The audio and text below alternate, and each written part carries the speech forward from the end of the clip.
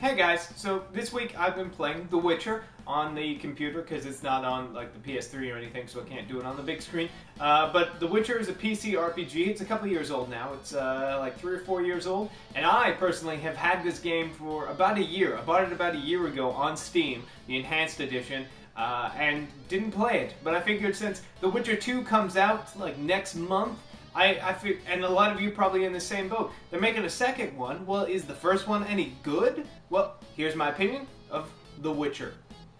The Witcher is an action RPG that follows a lot of the traditional RPG tropes. You play as the Witcher Geralt, who's lost his memory and is now caught up in large events that will reshape the world as we know. If you walk into this game expecting it to play like Fable or Dragon Age, then you're gonna be in for a shock. When you wanna like hit a dude with your sword, you actually left click on your mouse, but you can't just spam the button to hit faster or anything. You actually have to wait for Geralt to finish his swing before you click again, or else you interrupt it and then you don't do any damage. So while you're fighting, you have to time it so that you hit it when he's ready for you to hit it, and build up combos and then do more damage. There's also 3 different styles of swinging your sword that are, more effective in different situations. You have a couple of spells that you pick up along the way, and you can make potions to augment yourself during the fights. It'll take you some time to get used to the combat system and its punishing difficulty. If you walk into a fight not prepared with potions and all that stuff, you're screwed. Although a lot of what The Witcher does is similar to most RPGs, where it tries to stand out from the crowd is in its very dark fantasy world. The world of The Witcher is filled with murder and gambling and drugs and alcohol and sex. Lots and lots of sex. Alongside Geralt's quest to, recover his memories and all that good stuff, he seems to also be on the quest to bed every able-bodied lass he can find.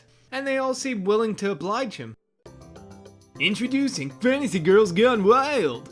These hot and sexy human and non-humans are shedding their inhibitions and their clothes!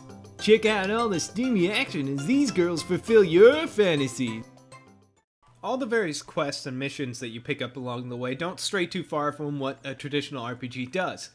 One aspect though that I did enjoy is the decision-making stuff.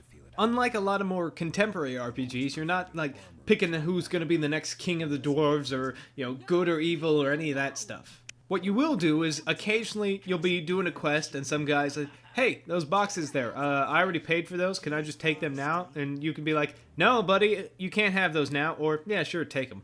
Then maybe a few hours later, you're like, hey, those boxes? Yeah, those were weapons, and that guy's using them to kill people now, and that's on you.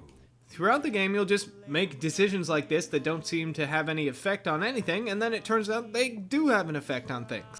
And while The Witcher may not stand out as some super innovative RPG in terms of its mechanics, it does shine in its atmosphere and story. The major characters are all relatively complex and have interesting motivations for all their actions, and the choices in the game are never really good versus evil. It's really hard to discern what the right choice is at some times. You have 2 options. Wait until I leave and then murder Abigail, but then I'll come back. I'll slay every lice-ridden peasant, anything that moves and can't climb a tree. Or you can try to lead honorable lives. I'm actually surprised how much I enjoyed The Witcher. I didn't think I would, but I did. It's fun for some reason. The RPG stuff, as I said, is pretty much standard. There's a lot of repetitive stuff, repetitive monsters going back and forth to the same locations over and over again. The quests aren't, anything new. The combat system is kind of weird at times, but the story's great. The characters, I don't know, something about it. It's just very engaging. It's all voice acted. It's got boobies in it. It's fun. You can pick it up for cheap. It's very long, so for like 10, 15 bucks, whatever it is, you get like 30, 40 hours of gameplay, which is great. It's a deal. I would totally suggest you, if you're a fan of PC gaming and RPGs and all that stuff, pick it up.